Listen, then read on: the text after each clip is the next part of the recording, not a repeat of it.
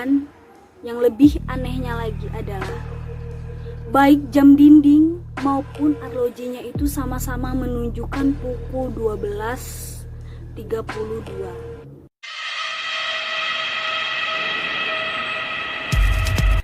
Assalamualaikum warahmatullahi wabarakatuh. Welcome back to Misteron, Misteri dan Horror.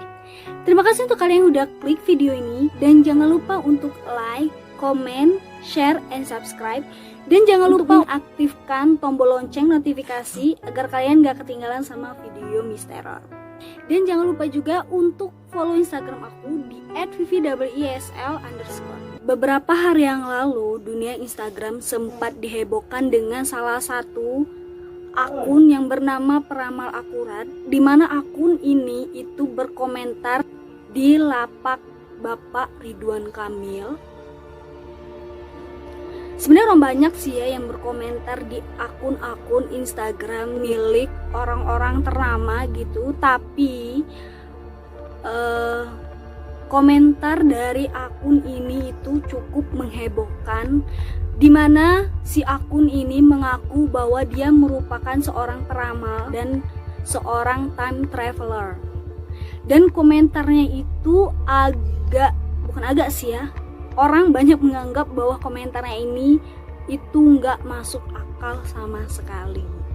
Jadi dia berkomentar seperti ini: Bapak Ridwan Kamil yang terhormat, perkenalkan, saya peramal akurat dan time traveler, ingin menyampaikan sebuah pesan khusus dari Bapak Rudi Wijanarko, Presiden Indonesia tahun 2098. Beliau meminta agar Bapak Ridwan bersedia untuk mengunjungi tahun 2098 untuk menemui beliau bersama saya menggunakan mesin waktu.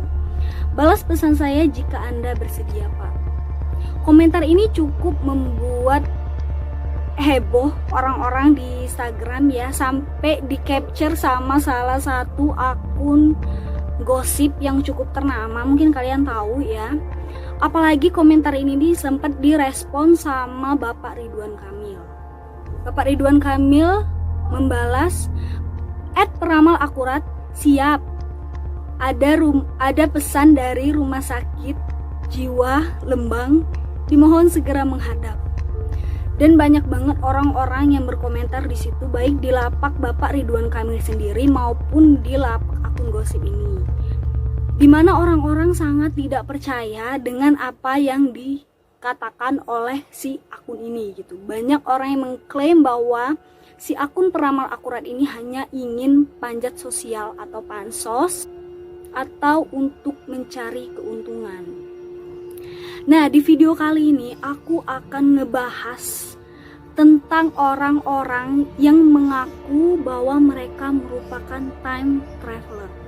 Penasaran? Ikutin terus videonya.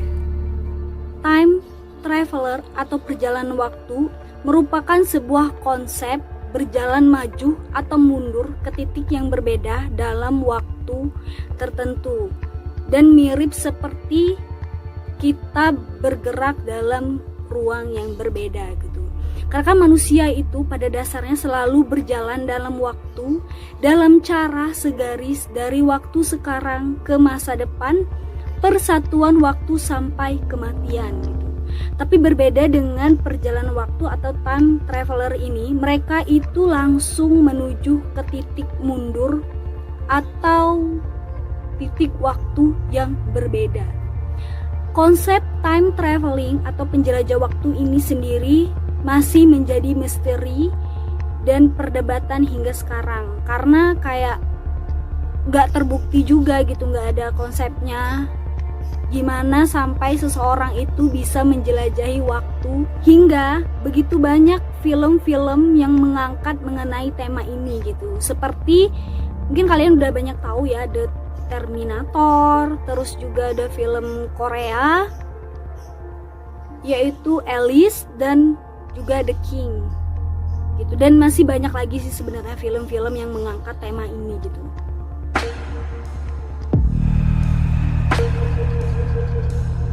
Yang pertama ada kisah seorang pria Ukraina yaitu Sergei Ponomarenko. Berawal pada tanggal 3 April 2006, Sergei Ponomarenko ini muncul dan melangkahkan kaki menelusuri jalan di Kiev dengan mengenakan pakaian era Uni Soviet tahun 1950-an dan sebuah kamera foto antik di tangannya dengan wajah bingung. Dan polisi yang sedang bertugas melihat si Sergei ini yang sedang kebingungan akhirnya menghampiri dan meminta Sergei ini menunjukkan identitas dirinya. Dan betapa terkejutnya polisi ini ketika mereka melihat dokumen yang diperlihatkan oleh si Sergei ini, yaitu adalah dokumen yang digunakan pada era Uni Soviet pada tahun 1950-an. Di dokumen itu tertera nama Sergei Ponomarenko, tempat kelahiran Kiev, tahun kelahiran 1932. Namun Sergei yang berada di depan polisi ini terlihat seperti tampilan pemuda berusia 20 tahun. Sergei ini menjelaskan identitas dirinya kepada polisi. Tetapi semakin dia menjelaskan, maka polisi ini semakin bingung dan merasa lebih skeptis dan gak masuk akal sama sekali. Sampai polisi berpendapat bahwa si Sergei mengidap sebuah gangguan mental dan kemudian ia dikirim ke rumah sakit jiwa di Kiev. Akibat ucapan-ucapan Sergei yang dianggap aneh dan membuat polisi bingung, polisi juga akhirnya mengundang seorang ahli kejiwaan, yaitu Profesor Pablo, untuk melakukan sebuah penyelidikan. Dan ketika si Sergei ini memasuki ruangan kerja Profesor Pablo, ini ada sesuatu hal aneh yang terjadi, di mana di sana Sergei ini mengamati isi ruang secara seksama dan menemukan jarum jam di dindingnya itu berhenti. Ia kemudian bertanya kepada Pablo, jam berapa sekarang? Setelah mengamati arlojinya, Pablo baru sadar jika jarum di arloji Profesor Pablo itu juga tidak bergerak. Dan yang lebih anehnya lagi adalah baik jam dinding maupun arlojinya itu sama-sama menunjukkan pukul 12.32. Jadi kayak berhenti di waktu yang sama. Dan itu kayak wow, kok bisa gitu ya. Dari hasil serangkaian penyelidikan diketahui bahwa Sergei Ponomarenko ini lahir di kota Kiev pada tanggal 16 Juni 1932. Jadi dia bercerita bahwa pada siang hari itu di hari libur dia memutuskan untuk pergi berjalan-jalan berkeliling kota gitu. Tapi baru saja dia melangkahkan kaki, dia melihat sebuah lempengan yang terbang di langit dan itu kayak UFO gitu.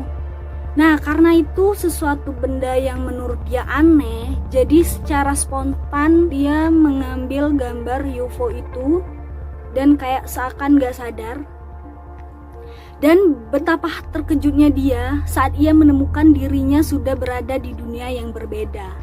Dunia yang belum ia kenal sama sekali. Dan dia pun merasa kehilangan jejak dan tidak menemukan jalan.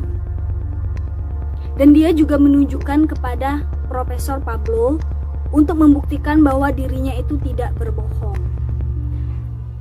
Lalu ia meminta Pablo untuk memeriksa klise fotonya itu.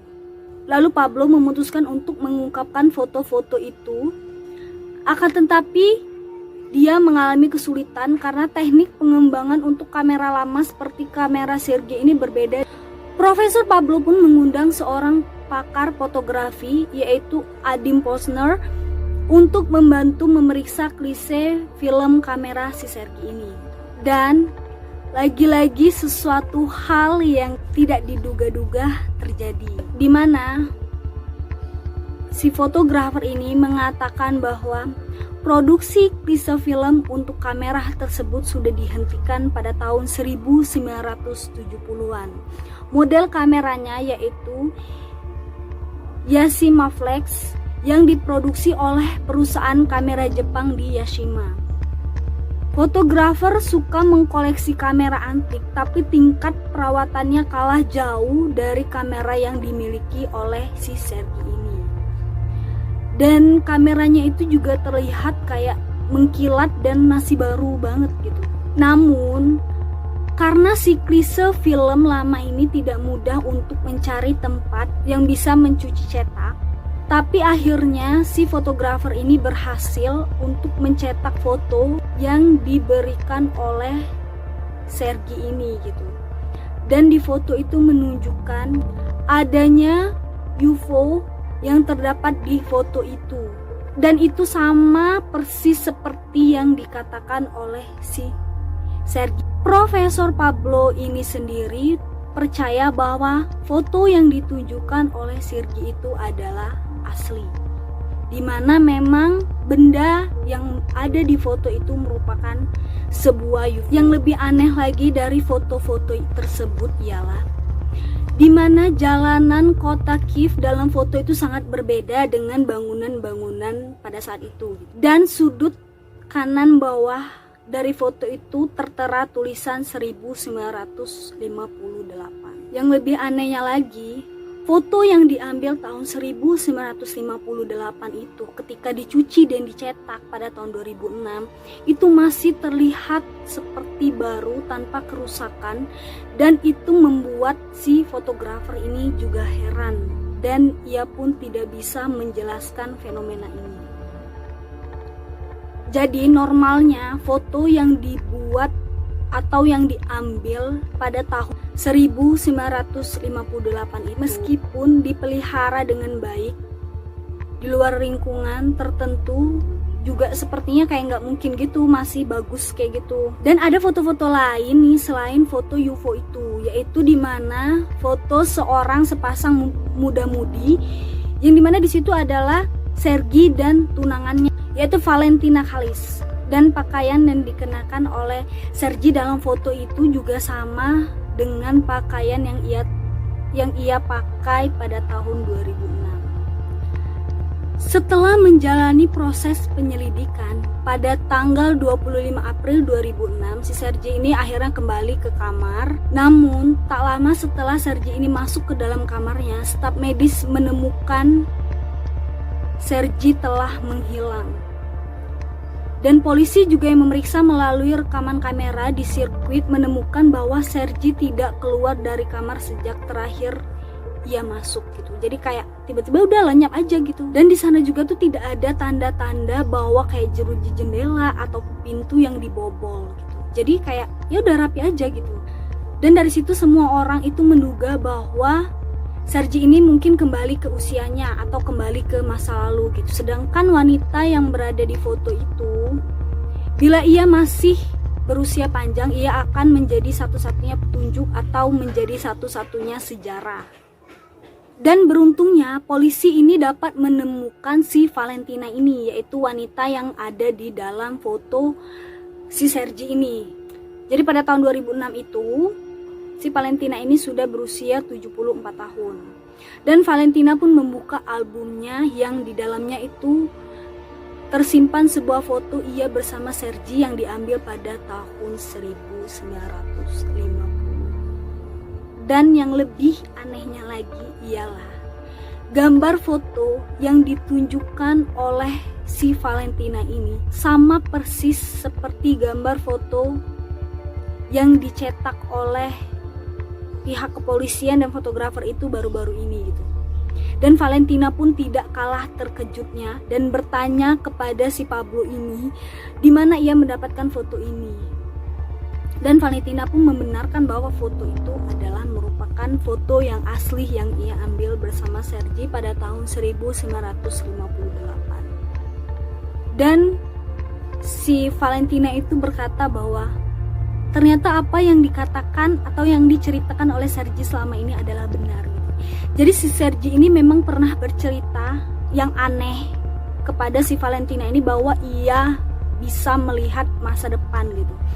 di mana dia ini berbicara apa saja yang terjadi di masa depan, seperti kayak adanya microwave gitu. Sedangkan pada tahun itu tuh belum ada gitu. Di mana oven microwave ini di masa depan menggunakan energi listrik. Dan setelah sekian tahun, ketika Valentina ini menggunakan oven microwave ini, baru dia tuh kayak teringat kata-kata ucapan si Sergei. Dan dia juga agak bingung ya gitu, bagaimana si Sergei ini bisa tahu tentang si oven microwave ini. Tim investigasi dari stasiun TV Ukraina untuk program eksplorasi time traveler ini akhirnya pergi ke Arsip Nasional Kiev untuk mencari bahan. Nah, lalu di sana mereka menemukan sebuah file rekaman siaran radio pada tahun 1960 yang membahas masalah fiksi ilmiah. Di dalam rekaman itu juga ia menyinggung soal microwave, soal telepon tanpa kabel atau ponsel, dan juga soal jantung buatan. Si penyiar radio ini juga bahkan terkejut mendengar apa yang diceritakan oleh si Sergei ini gitu. Sampai ia berkata bahwa jika Anda tidak memberikan tahu secara detail, maka saya pikir Anda adalah orang gila. Ahli investigasi sangat merasa terkejut ketika si Sergei ini bercerita tentang jantung buatan, karena yang dikatakan oleh si Sergei ini adalah ilmu medis yang dipakai pada tahun 2006 ini. Padahal pada tahun 1960 itu profesi medis ini belum muncul pada era Uni Soviet gitu. Bahkan dokternya pun saja itu belum pernah dengar tentang jantung buatan ini. Jadi kayak kosakata baru lah yang didengar sama orang-orang ini gitu. Kembali lagi pada tahun 2006, pada saat si Sergei ini berada di rumah sakit, memang si Sergei ini sering mengamati staf-staf medis yang ada di rumah sakit itu menggunakan oven microwave. Dan Sergei ini juga berulang kali bertanya kepada staf medis tentang hal-hal yang berkaitan dengan telepon seluler. Jadi para peneliti berspekulasi bahwa Sergei ini mungkin menginformasikan kepada Uni Soviet apa yang ia lihat pada tahun 2006.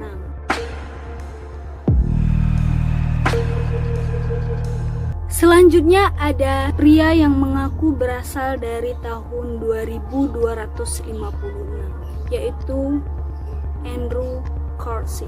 Pada tanggal 28 Januari 2003, seorang pria bernama Andrew Courtesy digiring oleh FBI atas permintaan Security and Exchange Commission untuk diinterogasi atas kecurigaan melakukan insider trading. Dan kecurigaan itu bermula ketika Sage mengetahui bahwa Andrew ini berhasil meningkatkan portfolionya senilai $800 menjadi $350 juta hanya dalam 2 minggu. Bertahun-tahun, para trader terhebat di Wall Street mengalami kerugian besar akibat volatilitas pasar yang sangat luar biasa. Dalam interogasinya di hadapan FBI, Andrew ini mengaku bahwa ia berusia 44 tahun dan memberikan penjelasan yang luar biasa, yang kayak gak masuk akal lah bagi orang-orang ini gitu, bagaimana ia mendapatkan kekayaan tersebut. Dan si Andrew ini juga mengatakan bahwa ia adalah seorang time traveler, seorang yang berasal dari tahun 225 Dan dia juga berkata bahwa aku tidak dapat menahan diri, padahal aku telah berusaha untuk kelihatan natural gitu, dengan membuat diriku rugi sedikit di sini, sedikit di sana. Namun kelihatannya aku terhanyut dengan suasana. Dia mengaku bahwa dia datang dari tahun 2256, di mana pengetahuan tentang volatilitas pasar saham adalah sesuatu hal yang biasa, sehingga setiap orang yang mengetahui sejarah pasar saham dapat mengambil keuntungan darinya. Untuk membuktikan pengakuannya tersebut, si Andrew ini memberikan prediksinya tentang tanggal pasti invasi Amerika ke Irak, dan ia juga memberikan tanggal yang tepat. Andrew ini juga menawarkan untuk memberitahu lokasi Osama bin Laden dan obat penyembuh bagi AIDS. Dia juga meminta untuk dibebaskan agar dia bisa kembali ke mesin waktunya. Tetapi ketika ditanya, si Andrew ini menolak untuk memberitahukan di mana lokasi mesin waktunya, dan dia juga tidak mau mendiskusikan cara kerjanya karena takut teknologi itu dapat jatuh ke tangan orang yang salah. Dan akhirnya FBI ini mencari asal usul si Andrew ini gitu. Tapi tidak seorang pun yang dapat melacak asal usul si Andrew ini, bahkan sebelum Desember 2002. Kayak seakan-akan si Andrew ini memang tidak ada sebelumnya gitu. Dan yang lebih aneh lagi, kisah si Andrew ini tiba-tiba saja hilang dan tidak pernah diungkit lagi gitu. Demikian pula keberadaannya. Tidak ada media yang meliputnya kembali. Bahkan FBI kemudian menyangkal bahwa mereka pernah menangkap Andrew.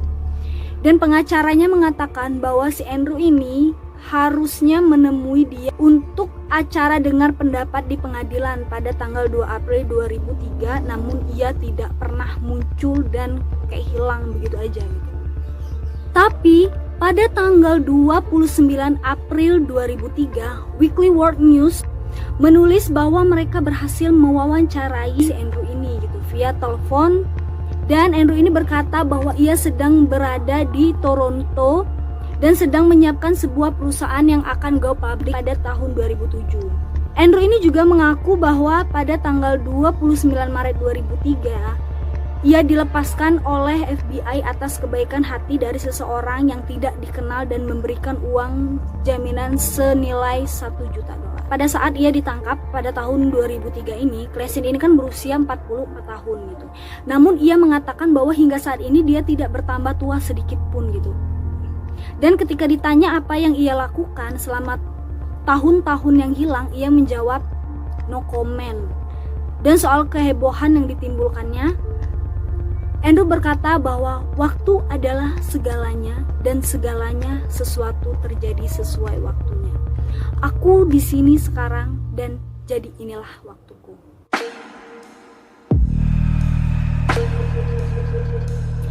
Lalu selanjutnya ada seorang pria yang bernama Hakan yang sempat menjadi viral karena pernah mengklaim bahwa dirinya bertemu sosok dirinya sendiri di masa depan. Jadi kejadian ini bermula pada bulan Agustus 2006 pada saat ia pulang ke rumahnya di Swedia. Jadi pada saat itu ia melihat sebuah genangan air di sekitar rumahnya. Jadi dia ini mengira bahwa keran air di rumahnya itu bocor, maka ia segera mengeceknya. Namun yang terjadi itu di luar dugaan.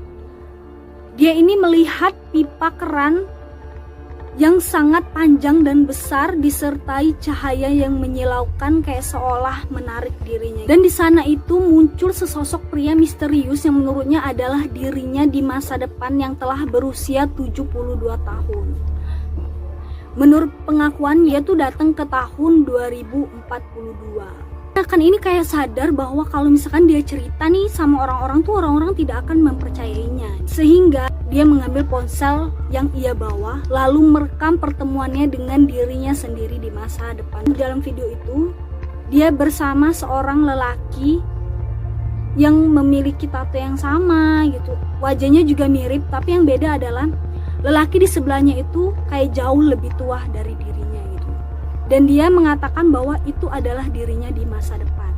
Oke guys, dari kisah-kisah yang misteror ceritain tadi, di mana nih yang cerita mana nih yang paling kalian percaya? Atau mungkin kalian gak ada yang percaya sama sekali? Kalau aku sendiri ya, jujur aku tuh gak percaya tentang time traveler ini. Tapi dari cerita si Sergi agak ngebuat aku tuh kayak jadi kayak mikir gitu, apa memang time traveler itu emang benar-benar ada gitu. Gimana dengan kalian? Apakah kalian percaya dari cerita-cerita tadi? Atau kalian tidak percaya sama sekali? Atau mungkin ada kejadian-kejadian yang mungkin gak aku bahas di sini dan kalian tahu, kalian bisa komen di bawah. Dan sekali lagi terima kasih udah tonton video ini sampai habis. Jangan lupa untuk like, comment, share, and subscribe. Dan juga jangan lupa untuk mengaktifkan lonceng notifikasi agar kamu tidak ketinggalan sama video-video aku. Dan juga jangan lupa untuk follow Instagram aku di @vivwisl_. See you next video. Wassalamualaikum warahmatullahi wabarakatuh.